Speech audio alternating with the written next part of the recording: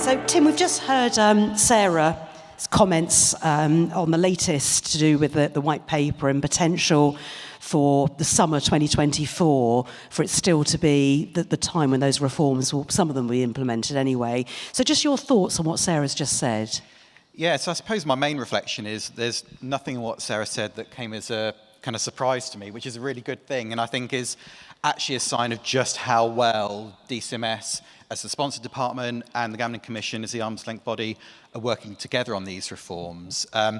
Our two teams in particular, I think, have been working incredibly well together. I think Sarah would probably agree, we're both very fortunate to have lots of really amazing people in our teams that are working on what are actually really, at times, really challenging, a really challenging package of reforms.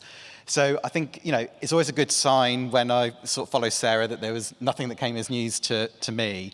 And I would, you know, agree with what Sarah said, that I think, as we go into the summer this year, we will start to see some of the reforms that were set out in the white paper being turned into reality. And just on that, where is the Commission with the consultations when it comes to the white paper? What work do you need to do to make that a reality? Yeah, so we are, at the moment, our kind of second round of consultations is currently open. That will close in a couple of weeks' time. We're planning over the coming weeks to sort of announce the next steps following the first round of consultations. I think probably the most significant policy issue in those, and the one that most people seem interested in, is around financial risk checks, and we'll be talking about the next steps on that.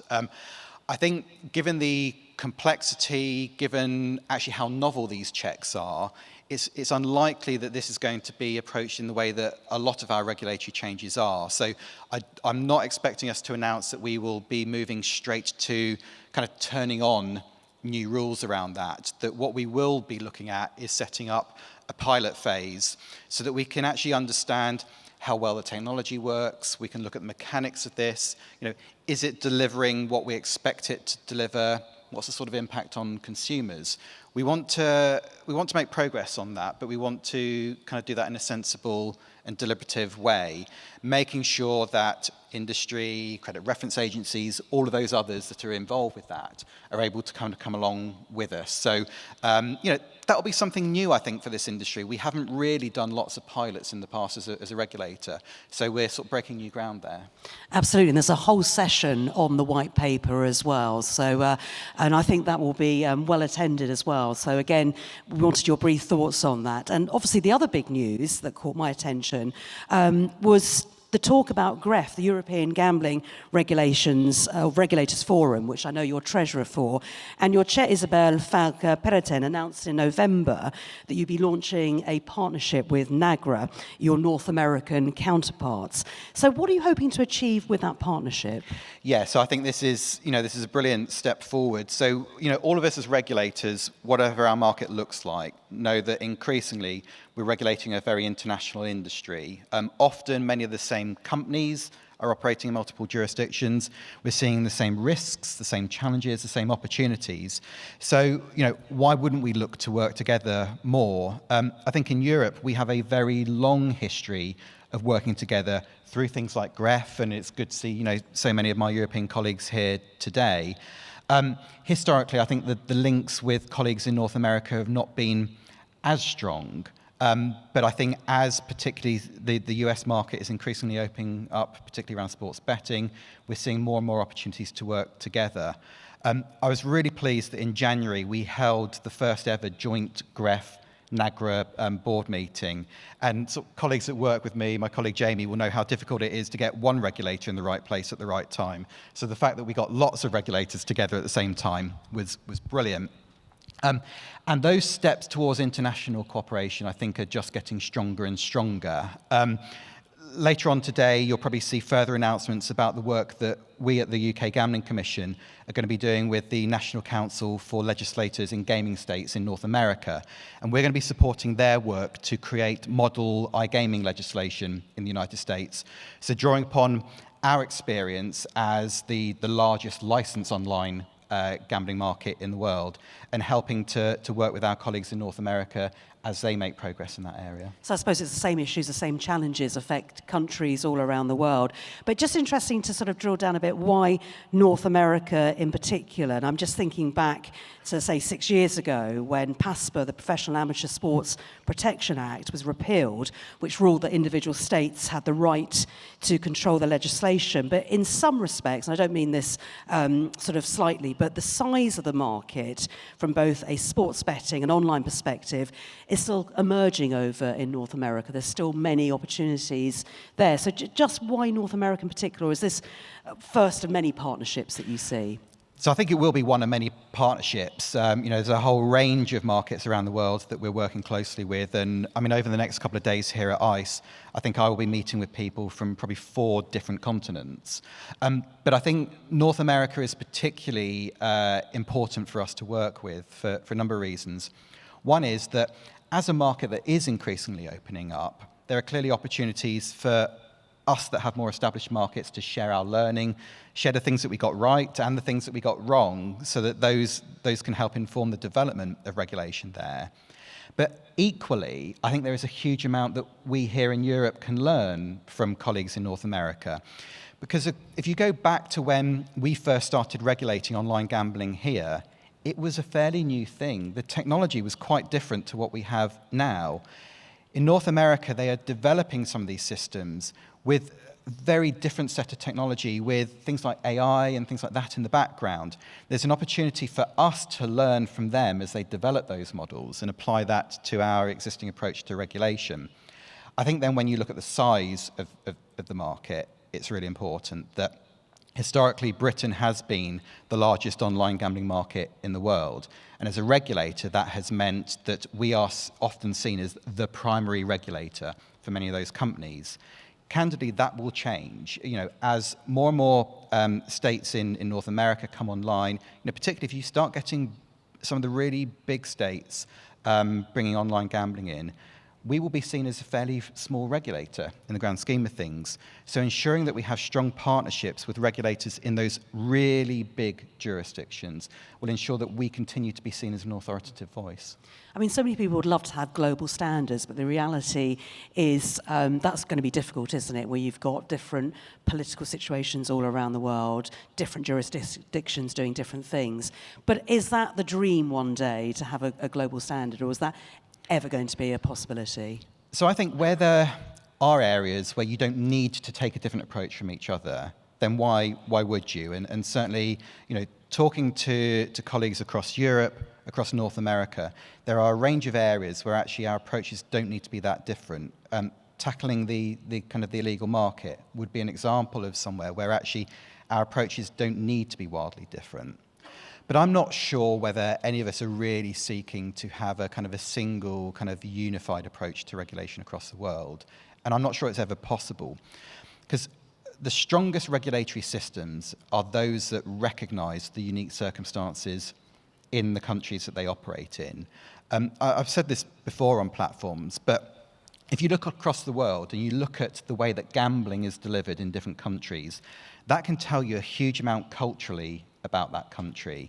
And the way that gambling is regulated, the way it's delivered, has got to reflect kind of the cultural norms of a jurisdiction. It's got to, candidly, reflect what consumers want in that jurisdiction. Consumers want different things. So I think, where we can take a similar approach, fantastic, let's do that. Let's not try and force that in a way that's not actually going to work for consumers, but let's focus upon sharing learning with each other, sharing intelligence, and collaborating with each other. So coming back closer to home to the UK, the Gambling Commission also takes part in the meetings of the UK Digital Regulation Cooperation Forum, a nice little title there, otherwise known as the DRCF. That was established in 2021, if you haven't heard it before. And that was to ensure, as the title suggests, greater cooperation on online regulatory matters between some of the UK major agencies. So we're thinking about Ofcom, the Competition and Markets Authority. So there's already a lot going on in collaboration. But I just want to pick up maybe on the issue of the single customer view. And I know you've worked with the Competition and Markets Authority, the CMA, on that, as well as the Information Commissioner's Office separately on this issue. So how do these type of cross-industry partnerships benefit your work? Yeah. So look, gambling and gambling regulation doesn't happen in a vacuum. And whilst cooperation amongst gambling regulators is really important, we also see cooperation with other regulators domestically of being real kind of significance to us. So on something like the single customer view, the work that we did with the Information Commissioner's Office was really key to, one, giving industry and consumers reassurance that the way that data would be used in that piece of work would be compliant with data protection legislation, that where there were perhaps some perceived barriers to progressing that work because of data protection, the Information Commissioner was there to give that reassurance that actually those barriers could be overcome. So I think that was really key. In terms of particularly cooperation around kind of digital regulation, that's increasingly important, that the types of technologies that we talk about, at gambling conferences, AI, things like that, are not unique to this industry, that the risks, the opportunities are not unique to this industry. And if we try and approach it in isolation, one, I'm not sure many of us have the level of knowledge of some of these new technologies that we need to have. Two, you'll potentially be missing some of the real challenges that consumers can face from this. Because the reality is that consumers operate in lots of different environments. They don't necessarily see product segmentation in the way that we might. So by working closely with other regulators in that sort of space, we can increase our knowledge. Importantly as well, we can make sure that we're not duplicating work, that we're pooling our resources, we're getting the most bang for our buck.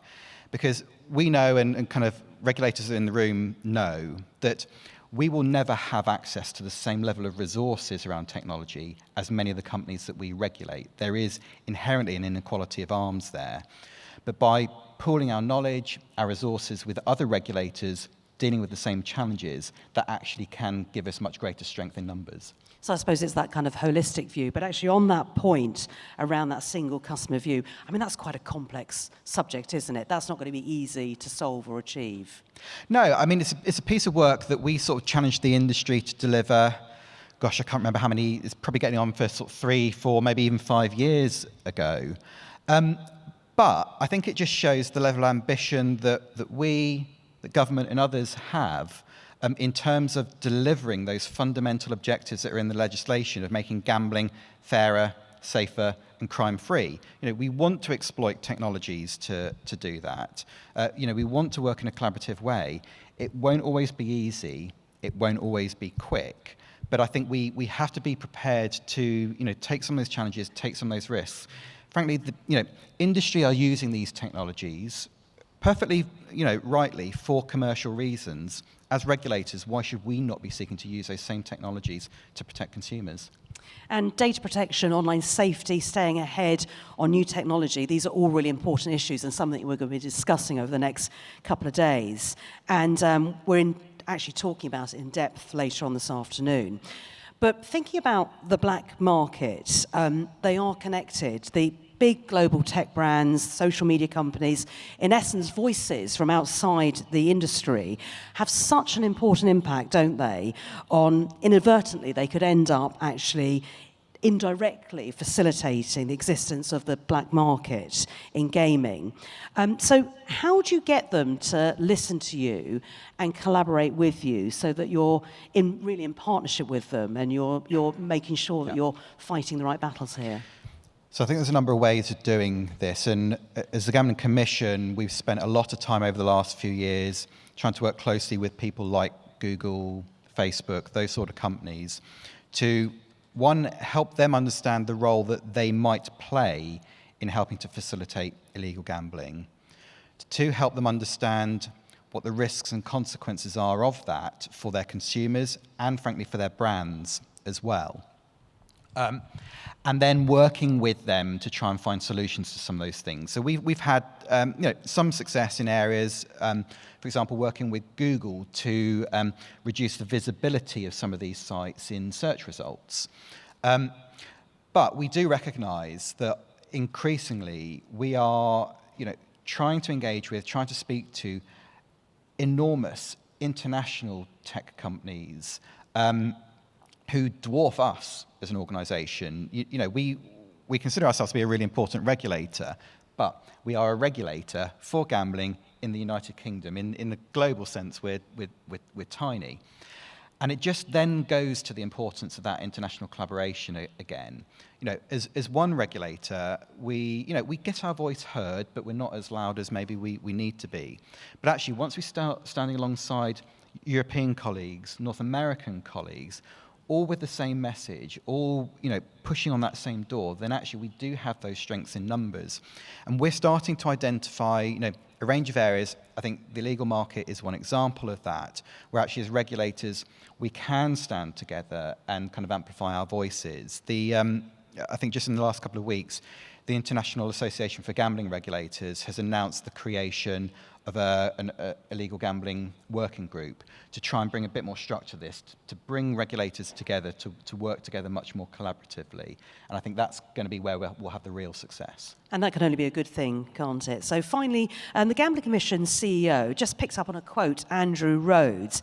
He criticised the misuse of gambling statistics. So I had sort of delved deeper into this. And he was talking about it from all sorts of perspectives, whether it was from media outlets, charities, gambling companies, and so on and so forth. So just tell us a little bit more about that.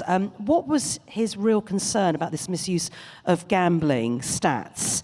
And that point about actually being able to draw on consistent evidence-based stats when engaging with the industry, how important is that? It sounds like a silly question, but the fact that he's gone on record talking about the misuse of gambling statistics, I just want to get your thoughts on that as well. So this is really, really important. And to give you a sense as to how important we felt this was, before we gave evidence to the Select Committee back in September, we wrote to the Select Committee identifying areas where our view was that official statistics had either been misused or misquoted by people that had given evidence to that Select Committee.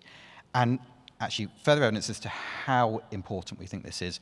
We even called out some of the MPs on the committee themselves for not using statistics in the right way, which, depending on your perspective, was either brave or foolhardy when you're about to go and sit in front of those MPs. But I have to say, the reaction we got from them was really positive, where they did accept areas where they could have been kind of clear on how data was used, and actually did welcome that input that we gave.